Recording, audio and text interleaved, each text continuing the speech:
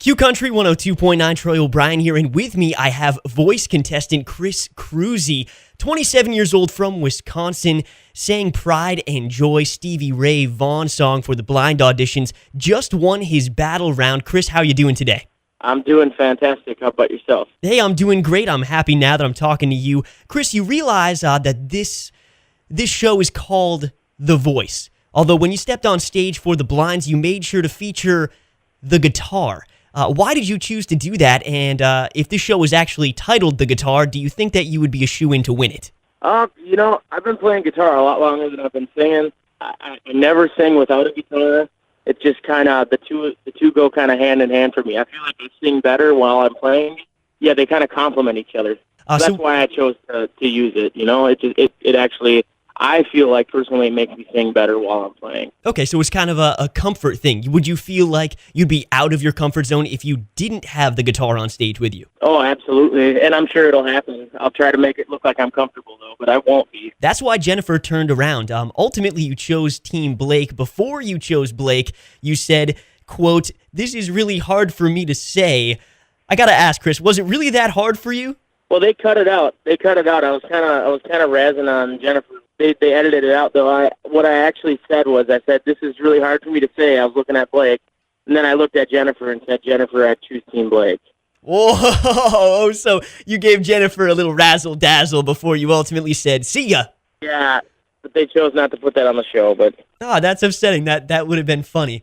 Hey, something that they did show on the show is when you said that you take about 4 to 5 trips to the Middle East to play for our troops. Let me speak for our listeners when I say thank you. We're very appreciative of that.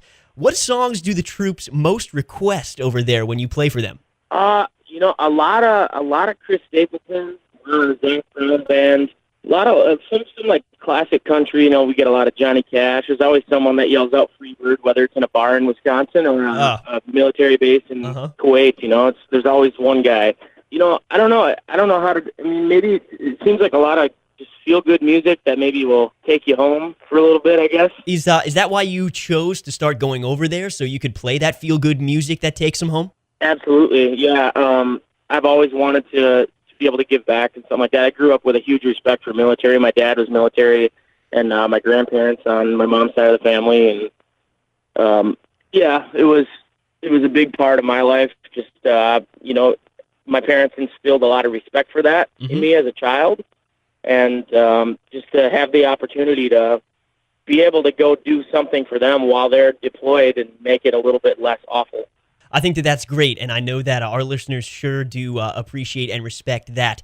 Moving on to your battle round, you went up against Mercedes, and you sang Back in the High Life again. You ultimately were victorious, so congratulations. Going forward, do you think you'll look to perform any, Chris Stapleton, since he basically looks like your brother?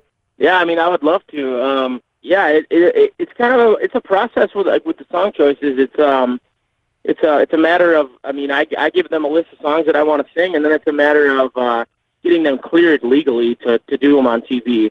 Okay, I hadn't even thought about that. You know, whatever I can get cleared. I sent a pretty wide variety, and I can't really tell you what it is, but there's country, southern rock, 80s hair metal, some Journey, Aerosmith, stuff like that. So I don't know what I'm going to do. Okay. Well, hey, I know that I'm looking forward to it. You're one of my favorite contestants. I'm really happy that I got to talk to you. One last question before I let you go here, Chris. Do you think that you will be Chris Stapleton for Halloween this year?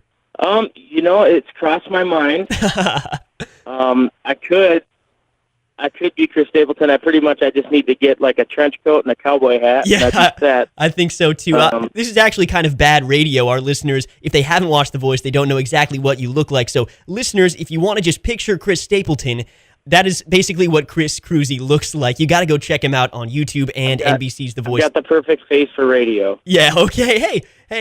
Give yourself some credit here, Chris. You built a great image here, and you're doing really well on The Voice. I wish you the best going forward. Good luck in your future endeavors. I can't wait to watch you going forward this season. Thanks for talking to me, Chris. All right. Thanks a lot.